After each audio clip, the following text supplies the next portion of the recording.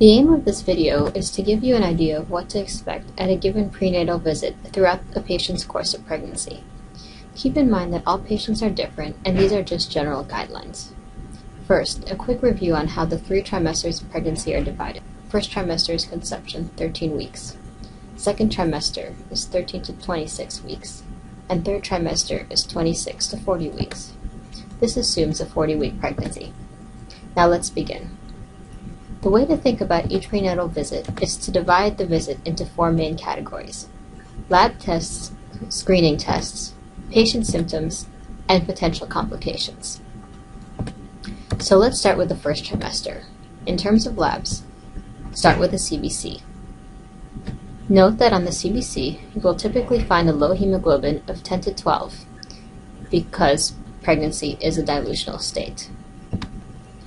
Next, take a look at the MCV, as this is the most reliable predictor of true anemia. MCV less than 80 with a low, normal, or even normal hemoglobin would suggest iron deficiency or possibly undiagnosed thalassemia. A low hemoglobin and high MCV, on the other hand, might suggest a folate deficiency. Take a look at the platelet count. Of course, just keep in the back of your mind that a low platelet count during pregnancy might mean that the patient has pregnancy-induced thrombocytopenia or idiopathic thrombocytopenic purpura. The majority of the screening tests are done during the first trimester. I've listed them here. I've never actually been asked to recall them during a clinic visit. However, I did end up learning them because I'd have to include them on a note on the labor and delivery floors.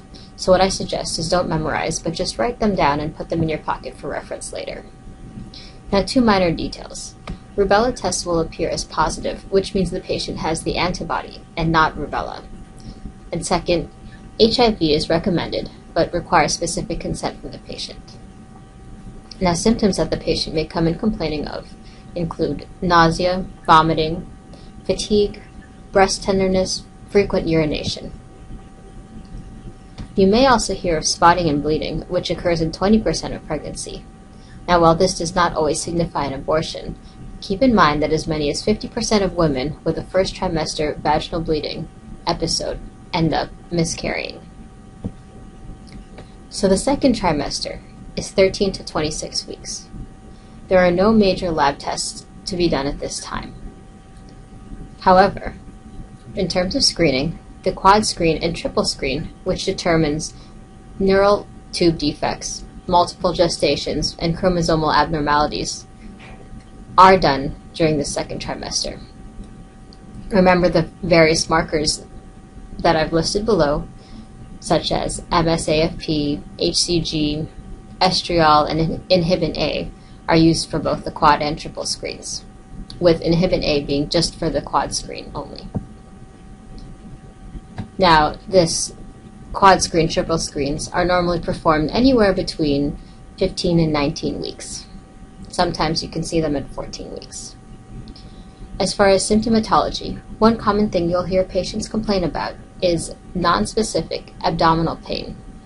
This is otherwise coined as round ligament pain, which is common and treated symptomatically. Patients may also note Braxton Hicks or nonspecific contractions, as well as awareness of fetal movement at 18 to 20 weeks. Now make sure to also ask about questions to rule out possible cholecystitis or appendicitis, which can occur at this time.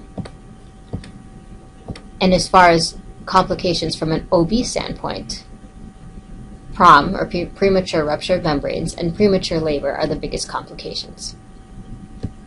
For the third trimester, remember that this lasts from 26 to 40 weeks.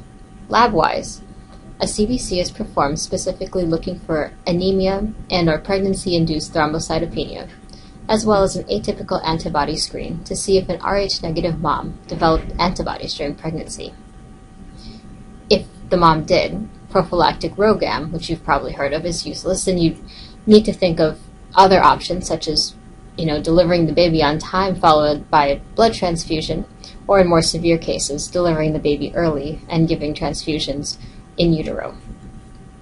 For the majority of patients, RhoGAM is just given to those who are Rh antibody negative at 28 weeks who are carrying an Rh antibody positive fetus. For screening tests, the glucose tolerance test is performed at 26 to 28 weeks, and at 32 to 36 weeks, the GBS screen is performed for the upcoming delivery. Now these two numbers, or two sets of numbers, are definitely ones you should remember, since I've been asked them many times on the wards.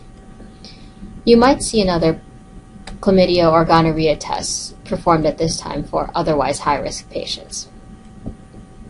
Symptom-wise, this is the time when many patients are starting to complain of the low back or leg pain, and as well as Braxton Hicks contractions. Now around 36 weeks or so, you might hear them speak about lightening, which is the descent of the fetal head into the pelvis, which makes breathing actually easier, as well as reduces the amount of pelvic pressure. And finally, complications at this time include PROM, preeclampsia, UTIs, anemia, and gestational diabetes. Now for my take-home points. So first trimester is conception to 13 weeks, second is 13 to 26 weeks, and third is 26 to 40 weeks. Second trimester is where you will see the triple or quad screen performed, somewhere between 14 to 19 weeks. And third trimester is the time when you have the glucose tolerance test performed at 26 to 28 weeks, RhoGAM administration at 28 weeks, and GBS screening between 32 and 36 weeks. Thank you, and good luck!